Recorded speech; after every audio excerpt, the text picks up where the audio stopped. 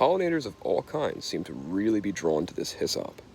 Underneath the cherry trees, I have a rosemary, a chance seedling tomato, an oregano, a potted plant with some alpine strawberries and another apple, some thyme, and this monster. This is the Hawaii 4 alpine strawberry, and it's the most prolific plant I've ever seen. Cool part about this trellis design is that you could just zip tie it to a fence if you really wanted to, and grow some beans.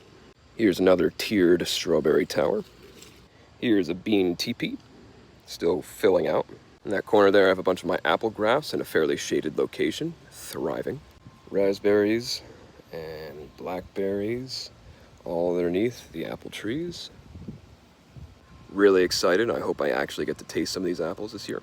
This one's called Midnight. It's a top raft, and it's supposed to be like an early Macallan.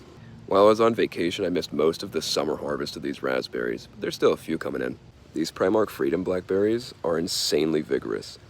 If I didn't prune this would probably get to 30 feet, not even kidding. These are the Black Oxford apples. They're a very late apple, that's why they're so much smaller.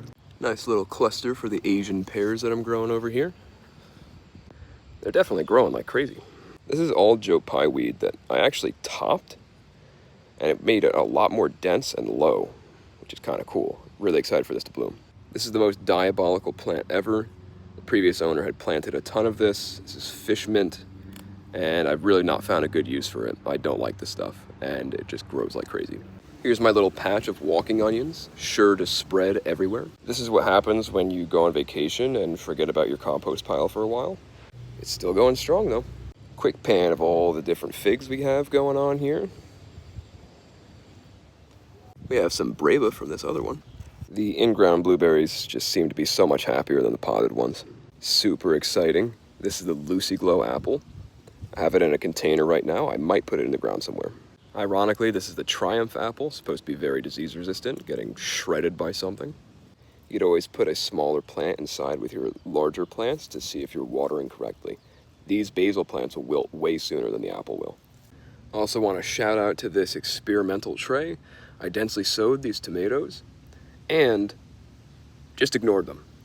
I transplanted the ones that I wanted to transplant, and then I just left these here, and they're still alive.